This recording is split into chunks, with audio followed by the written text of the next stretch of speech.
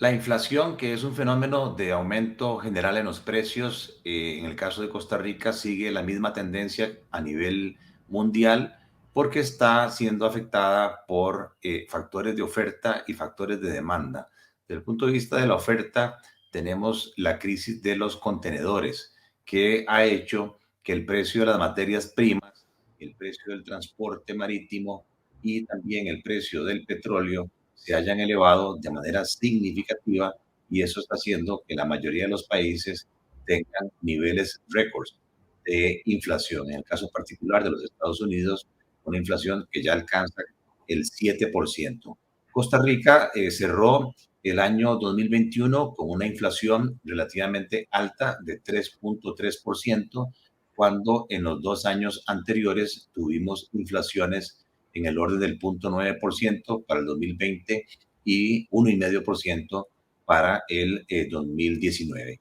Y del lado de la demanda, en general, debido a la crisis económica por la pandemia ocurrida en el año 2020, los bancos centrales del mundo han seguido una política monetaria que se llama acomodaticia, laxa, de tasas de interés bajas, y eso ha hecho que haya mucha liquidez en las economías y que el consumo de las familias se haya visto incrementado y como la producción no ha podido crecer al mismo ritmo de la demanda, pues la diferencia se ha ido a ajuste de precios. Para el año 2022, recientemente el Banco Central anunció sus políticas y confirma que seguimos con el esquema que se llama de metas de inflación. El Banco Central va a procurar que la inflación se ubique en un rango del 2% piso y hasta el 4% como techo. El Banco Central de Costa Rica considera, como los bancos centrales del mundo, que este proceso de inflación es pasajero, que no es un proceso permanente, en el tanto en que la oferta se vaya a acomodar según los requisitos de transporte y que se desbloquee todo el tema del transporte y de los contenedores, que a finales del 2022 volvamos a niveles de inflación normales. Sin embargo, mi criterio es que para el 2022 vamos a estar también cerca del 3% de inflación en Costa Rica.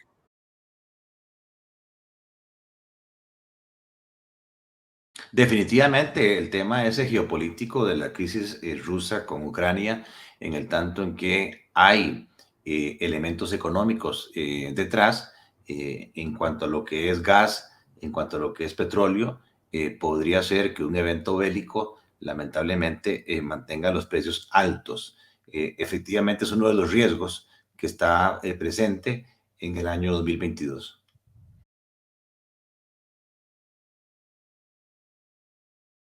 Las cifras en general macroeconómicas del año 2021 fueron muy buenas. El país mostró una tasa de crecimiento en su producción no esperada de 7.6%. Ese crecimiento inédito de los últimos 14 años tiene dos componentes, y es que en el 2020 la producción cayó un 4%, por lo tanto, este crecimiento del 2021 está elevado porque se calcula sobre una base de arranque baja, es lo que se llama el efecto rebote. Si nosotros quitamos ese efecto rebote, el crecimiento neto del 2021 fue de 3.2%, que no deja de ser bueno porque los años anteriores el país venía creciendo en el orden del 2, 2,5%. Además, las cifras fiscales con este crecimiento de la producción fueron muy buenas, especialmente porque hubo un incremento significativo en la recaudación tributaria. Tanto el impuesto del valor agregado, el impuesto a la renta, el impuesto a los combustibles, sus recaudaciones subieron significativamente. Y luego, pues los gastos del gobierno siguieron creciendo, aunque crecieron por una serie de leyes menos que proporcionalmente al crecimiento de la producción, y eso hizo que en términos relativos el gasto respecto al Producto Interno Bruto bajara. De manera tal que en el 2021 se tuvo un ahorro en las finanzas públicas del 3,5% del Producto Interno Bruto. Esto está adelantando prácticamente un año el compromiso con el Fondo Monetario internacional. Y el desempleo, que también es quizás el mayor problema económico que tenemos, cayó significativamente. La pandemia lo había duplicado del 12% al 24%, y este año 2021 cerramos con un desempleo cercano al 15%. Para el año 2022, en el tanto en que se continúe con la ruta de consolidación fiscal, lo cual depende mucho de que se mantenga el convenio con el Fondo Monetario Internacional, lo cual creo yo que tanto el señor Figueres como el señor Chávez, que son los dos candidatos que llegan a la segunda ronda, me parece que van a continuar porque les conviene. Eso haría que las agencias multilaterales como el BID, el Banco Mundial, el Banco Centroamericano, la Corporación Andina de Fomento, le desembolsen al país préstamos de apoyo gubernamental de casi 3.000 millones de dólares. Eso nos resolvería el tema del financiamiento del déficit fiscal, nos resolvería también sustituir deuda cara por deuda barata, pero muy importante que esa afluencia de dólares también le daría estabilidad al tipo de cambio. De manera que yo soy optimista, creo que este 2022 va a ser mucho mejor, no vamos a crecer tanto como en el 21, pero sí la proyección del Banco Central muestra una tasa del 3.9% para el 2022, y si logramos aprovechar toda esta tendencia mundial de reubicación de empresas que se están moviendo del Asia a lugares más cercanos a los Estados Unidos, conocidas como nearshoring, me parece que Costa Rica tiene una gran opción de crecer y poder minimizar los problemas de desempleo que se vieron agravados en el 2020.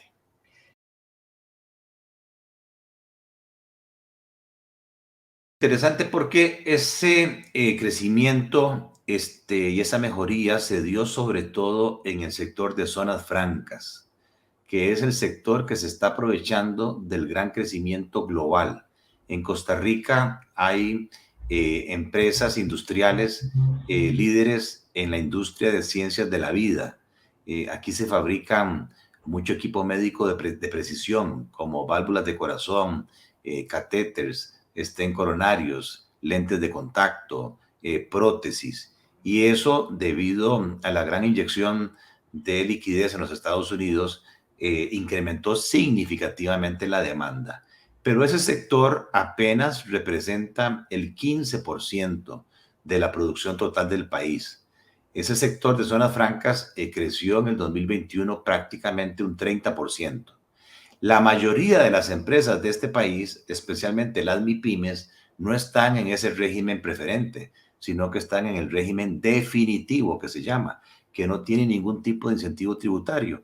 Y ese régimen apenas logró recuperarse y alcanzar el nivel que había en el 2019.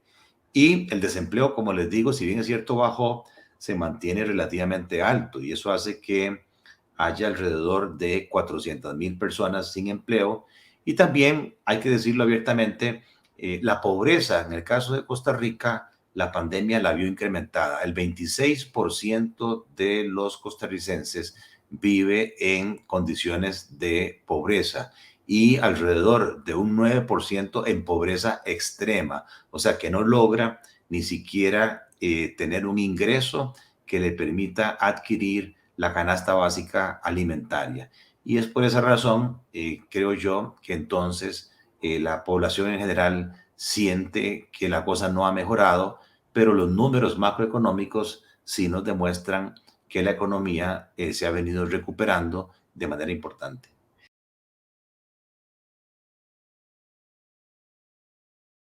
Sí, yo te diría más bien que el país efectivamente está como en tres tipos de segmentos de actividad económica. El más exitoso que mencionabas, el régimen de zonas francas, que tiene el gran privilegio de no estar sujeto a impuestos y que se compone, digamos, de tres actividades. La industria, especialmente la industria de ciencias de la vida, todo lo que tiene que ver con los centros de servicio compartidos. Muchas compañías mundiales, americanas, establecen aquí en Costa Rica su centro global para manejar planillas, proveedores, tesorería. Y luego está el tema de los contact centers o los call centers, que en Costa Rica eso también es relevante.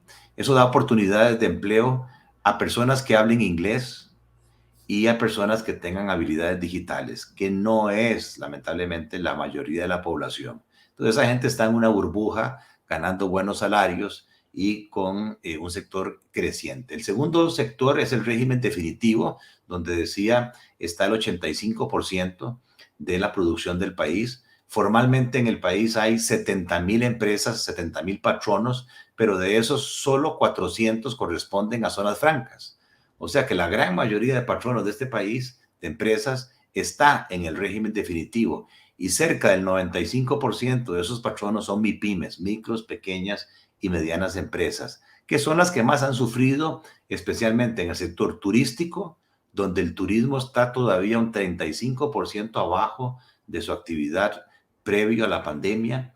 Todo el tema del transporte, el tema del comercio, especialmente el comercio pequeño, talleres de servicio, salones de belleza, ese tipo de actividades incluso ha hecho que muchos de ellos se tiren a la informalidad y tenemos una situación que de 2.2 millones de personas ocupadas, prácticamente la mitad no paga impuestos, no paga cargas sociales, está en el sector informal, no porque lo quiera, sino porque su flujo de caja no les da.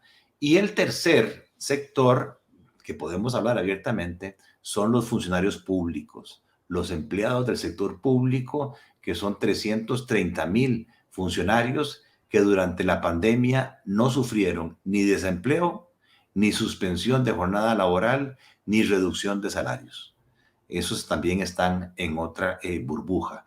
Entonces sí, dependiendo del sector en el cual usted se encuentre aquí en Costa Rica, puede ver el panorama muy bonito, el panorama, digamos, estable, o un panorama negativo como es el que está afectando a el régimen definitivo, y eso le trae un reto a cualquiera de los dos candidatos en el sentido de poder plantear un plan de reactivación económica, pero a nivel del régimen definitivo, es decir, cómo ayudarle al turismo, cómo ayudarle al comercio, cómo ayudarle a la construcción, cómo ayudarle a la agricultura doméstica para generar oportunidades de empleo, sobre todo de mano de obra no calificada y en las zonas rurales del país. Si le gustó esta información, le invitamos para que nos siga en nuestro canal de YouTube Vida y Éxito TV, para más videos sobre negocios, finanzas, economía, estilo de vida o salud.